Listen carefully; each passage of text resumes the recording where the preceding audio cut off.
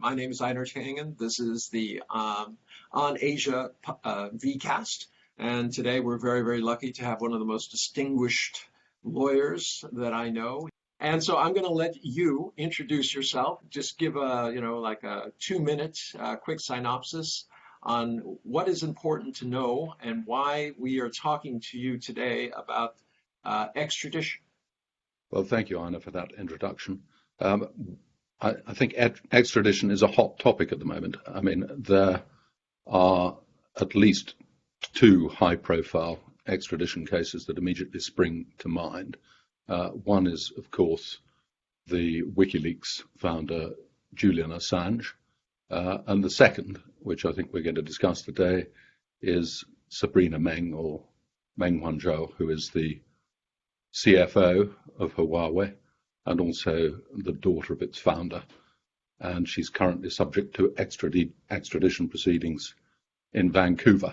Why is it that Miss Meng, this is a case where the allegation is that her company that supposedly she lied about being involved with, according to the U.S., attempted to sell some servers that you could buy off the internet, basically just stuff, printers and servers that you could buy off the internet, and that this is the basis for this kind of international intrigue. But no sale was actually had. And, the irony here is that the company that's coming forward and providing all the information, HSBC, the bank, was at the time embroiled in, they had been caught red-handed, laundering $881 million worth of drug money, cartel stuff. No, let's just give you a helicopter view. It's not a crime to do business with Iran from Hong Kong or from the UK. And in order to extradite someone, typically you have got to show that the behavior that they're accused of was a crime where it was committed and would have been a crime if it had been committed in the extraditing country, the requested country. So what Ms. Meng's lawyers attempted to do but were unsuccessful in doing was to get rid of the extradition proceedings summarily, saying that there was no double criminality. Now, the case that has been constructed is that Miss Meng deceived HSBC and that she had made a PowerPoint presentation to them in a restaurant in Hong Kong. So no US actors, no US nexus at this point. The case that is being made against her is that she deceived Hong Kong, HSBC, by disguising the connection of Huawei with Skycom, which it controlled in Iran, and exposing them to financial loss because they were extending a substantial loan, most of which was not drawn down. Now, at the moment, the defense team lost on double criminality, but what they are currently doing and appear to be making some headway in is demonstrating that there were serious abuses of process in the way in which Ms. Meng was detained.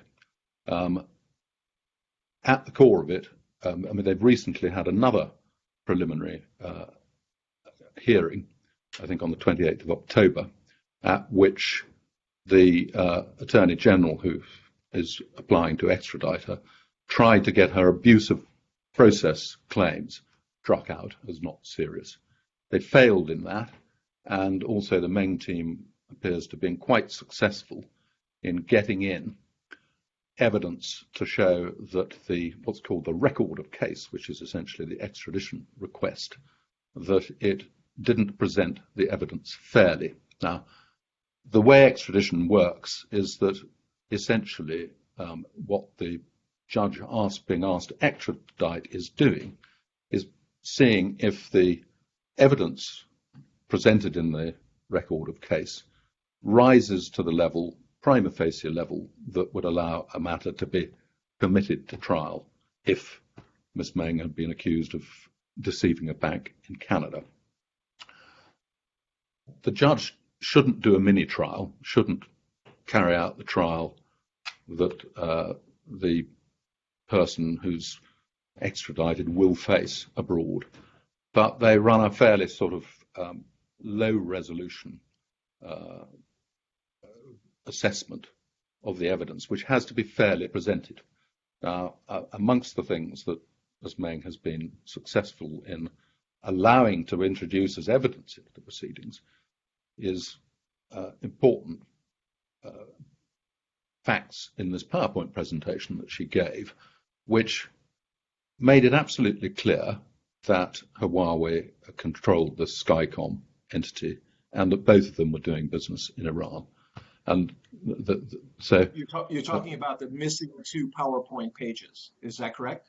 Well, I mean, there are extract that all the ROC, the record of case, as I understand it, contains is a summary of what was presented by Ms. Meng, what she succeeded in doing, and that was a summary of the PowerPoint.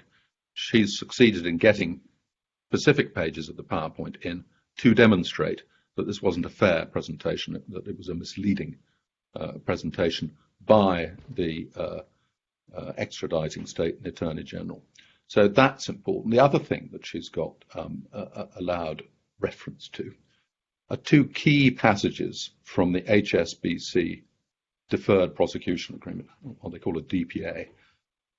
It's rather like an individual goes on parole, and if they breach a parole condition, they're back in, or a suspended sentence where you're sentenced for 2 years in prison, but it's suspended for 2 years, and as long as you don't, you keep a clean sheet for those 2 years, you're fine. Now, HSBC, because of these money laundering allegations, had entered into a deferred prosecution agreement with the USA, and if they had knowingly breached sanctions, US sanctions, then that would have meant that the money laundering charges, which were deferred and were about to sort of expire, could have come live again. So they had objectively, it seems, they had a pretty powerful incentive to say, look, we had no idea. But bizarrely, the key connectivity to the USA is simply that they used the US clearing system to send the funds. They could just as easily have used, and appears that they had used in the past, Hong Kong's own clearing system, so that this sort of fiction that conduct is happening in the USA wouldn't have been there, and there'd be no case to make. So, look, there are other aspects of the case that are, pretty perplexing. Ms. Meng was subject to a warrant for her immediate arrest. What happened when she landed in Vancouver was that the border agents took her aside for what appeared to be a regular immigration check. Now, they, as I understand it, had not only the power but the obligation to arrest her, and they were doing a double act with the Mounties, the Royal Canadian Mounted Police, and so it was 2 or 3 hours before she was actually arrested. And in those 2 or 3 hours, she was relieved of her laptop and phones,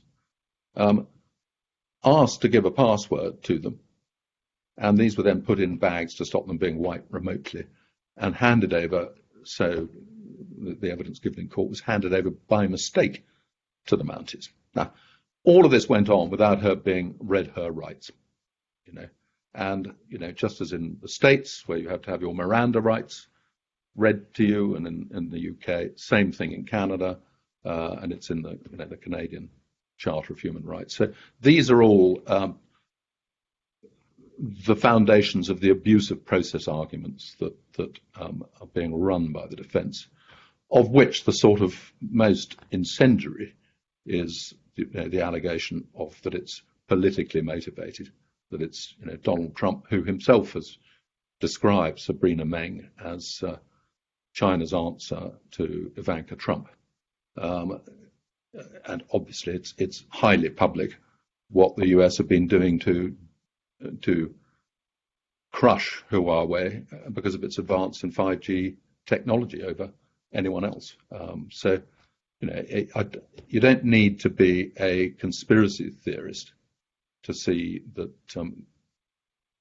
there's at least some political motivation behind this. Miss Meng, who is the daughter of the founder of the company, a company, Huawei, which has been vilified by the U.S. to the extent that they really can't sell anything in the U.S. and have been denied the ability to buy U.S. technology. I would going to just assume that shows a lot of animus. But, this juxtaposition of this known money launderer, who coincidentally, allegations 3 weeks ago, are still continued thereafter, all right, violating this agreement that they said that they were trying to keep in place, this consent agreement.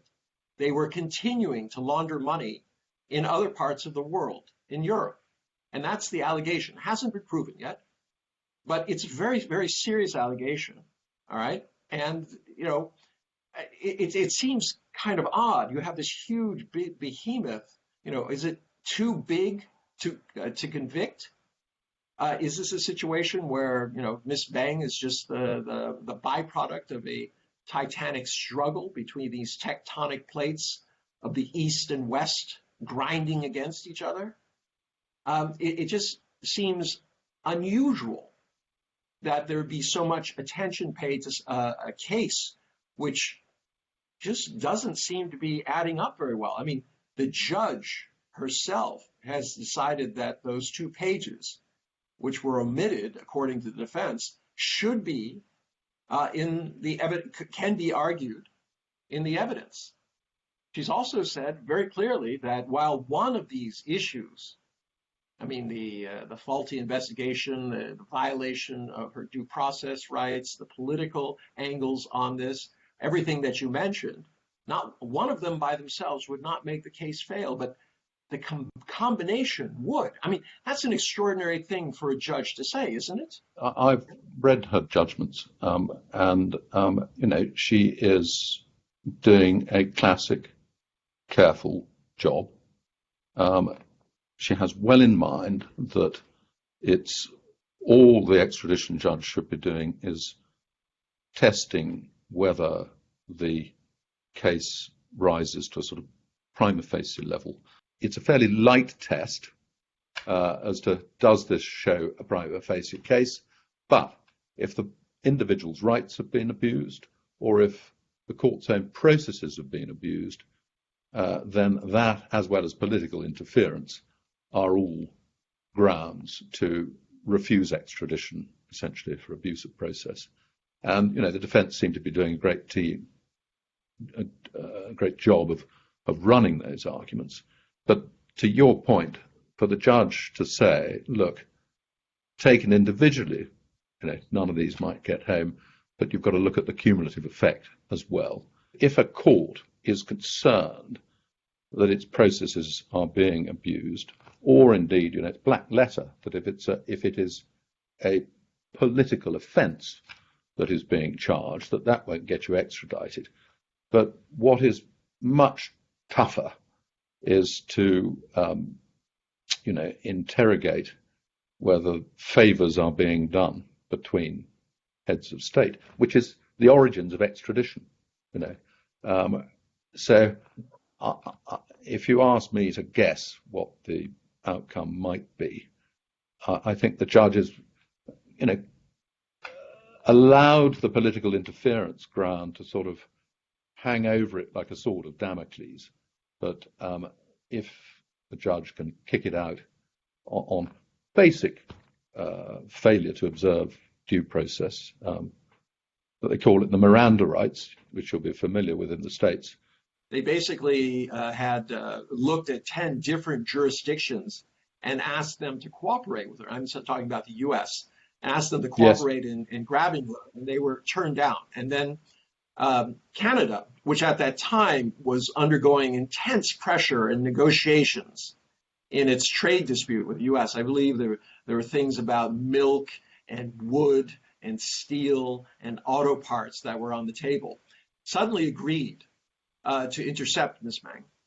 And they did so, but and then all of a sudden, they have an arrest warrant. I haven't looked at the timeline in the US-Canada trade negotiations.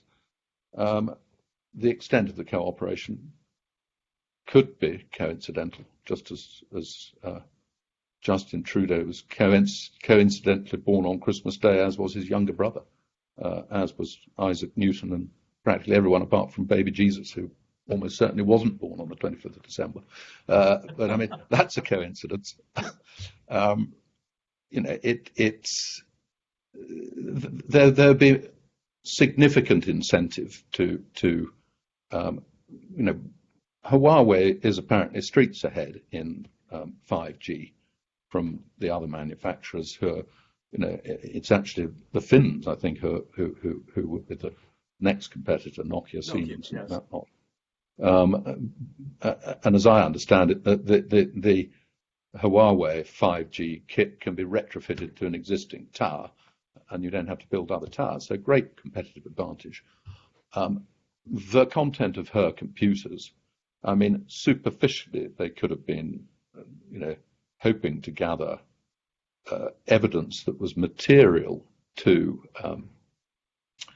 the crime on which they were nominally seeking extradition. But you'd think it'd be much more likely that they would hope to find that Huawei had been infringing US IP law or something like that. But I mean, absolute fishing expedition.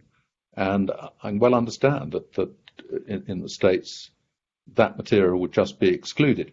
As it happens, I don't think the question of having to exclude anything on her laptop has even arisen, because I don't think any of it plays into the evidence that they would have put in the record of case and the supplemental record of case. This is, after all, a case of international, merit, and they do things which would seem to prevent them from using the information in any criminal court. Correct? I mean, we both agreed, and no court, every court would kick all this stuff, whatever they found there.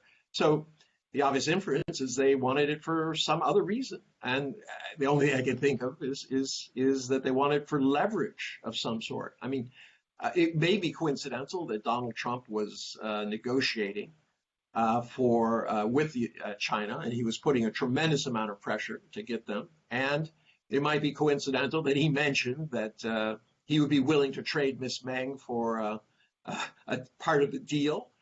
The question is still, why would anybody standing back say the evidence given by a group that is involved in criminality on a breathtaking scale, and I'm talking not about I'm talking about HSBC, and it has in allegations continue to be involved in that same activity. Why information from them would be even credible?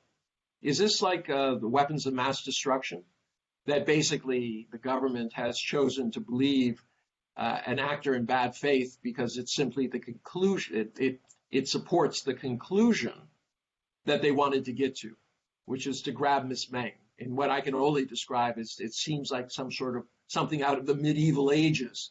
If I can't get you, well, grab your daughter and hold her for ransom and use her as leverage to get what I want. Does this hold any water?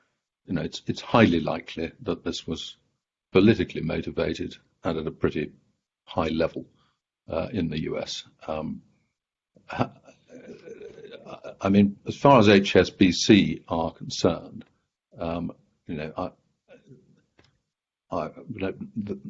other than having seen that there was this deferred prosecution agreement, they're a massive organisation, and all of these banks have to pay. Their systems of control are all pretty acutely designed to try to pick up money laundering, but it's not a question of too big to charge. But any of these organisations are so large that the centre it doesn't know what the outlying parts are doing, I would think, because what incentive at a corporate level would a massive bank like HSBC have to be taking in money from drug cartels?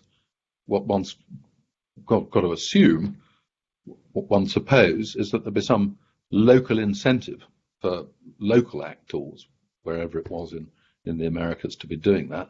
But in terms of then being corporately held to account, the Justice Department had them, in a technical term, what we would call had them by the short and curlies, because if they wished to say, and I think that the relevant passage of the DPA, gives a pretty unfettered discretion to the Department of Justice to say, hey, you've breached the terms of the DPA, now you're up for it in terms of money laundering. So it's they were subjected to, on the face of it, there's plenty of evidence to say that they were coerced into saying this, because what Huawei have not managed to get in, I think, the defence team, is broader broader evidence about the depth of the relationship of Huawei being HSBC's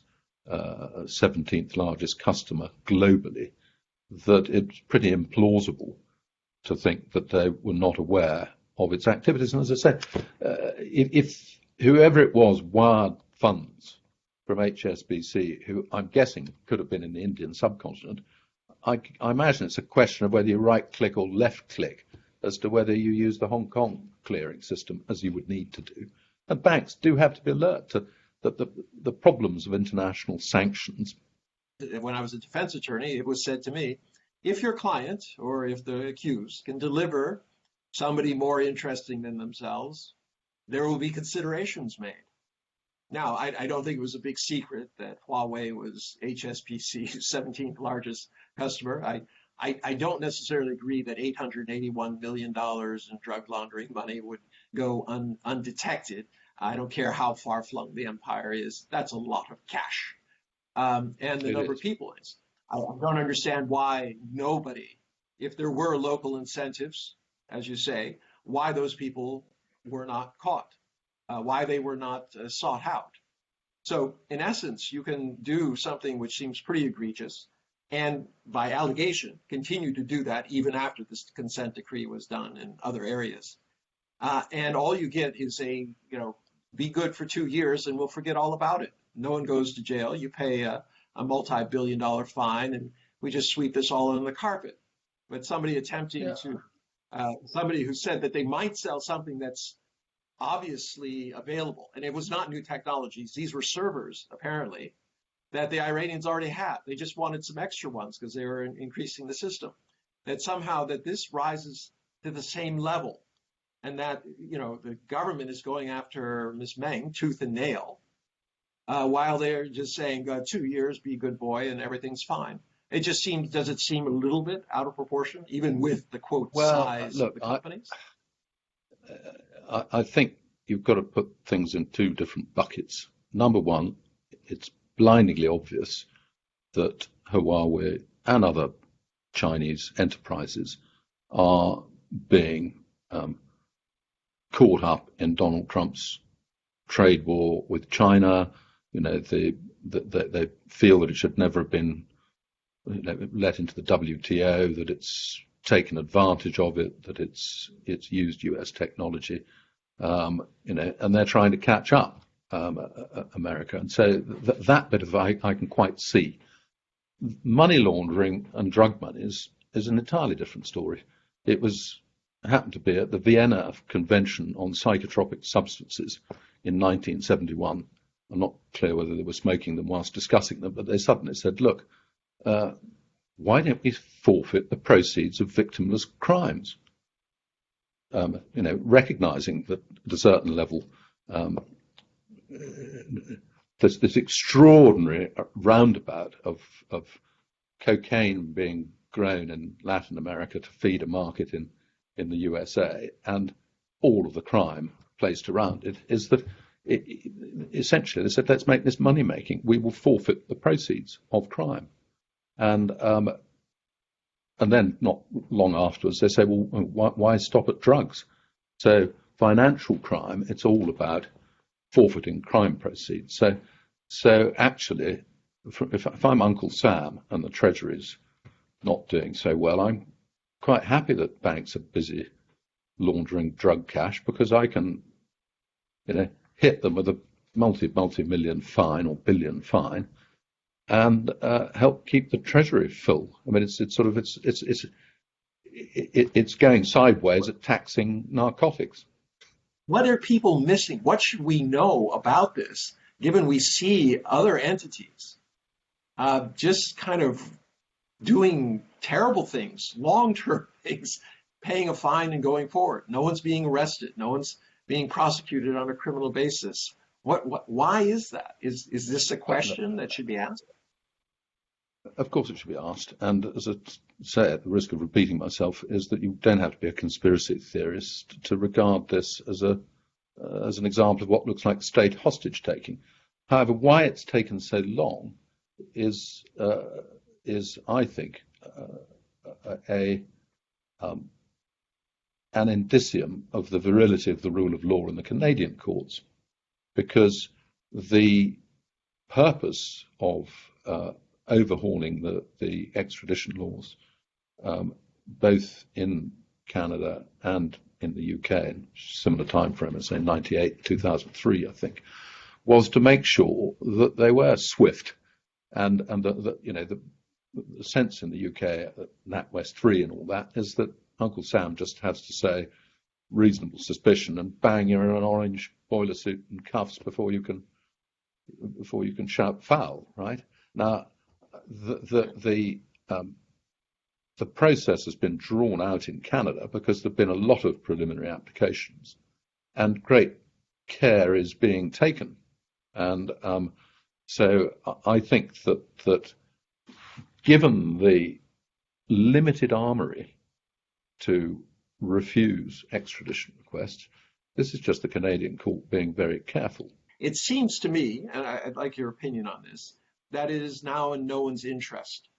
Even if Donald Trump were still president, it would not be in his interest to continue this situation with Ms. Meng, because he's done everything you possibly can against Huawei. They're not a factor. He, at least on paper, has a deal with China. Obviously, Canada would like to be well rid of this. China, obviously, would like to see it go. So there's nobody with a dog in this hunt, as they say. There's nothing out there that anybody's interested. Would it be the best possible outcome if, in fact, the courts simply said, for due process reasons, and for other reasons we may take note of, political, etc., we are dismissing this case?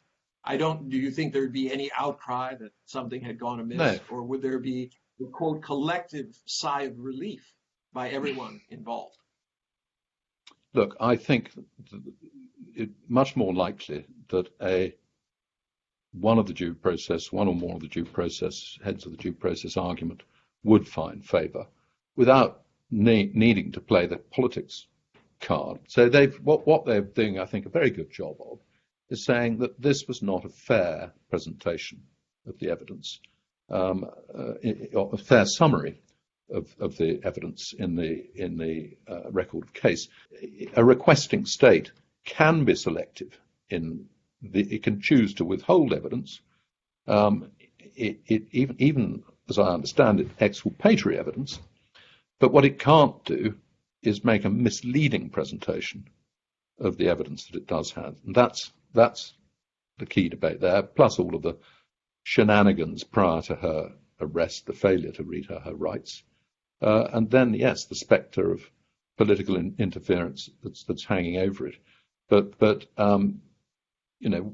once you've the toothpaste out of the tube, the politically motivated judicial process is in train, is that it's still got to be rejected on a very, mustn't be influenced in politics by the rejection. I mean, you're not going to see Justice Holmes saying, "Oh, look, America's successfully broken down Huawei's access to overseas markets, so let's let her go. I mean, that's Yeah, no.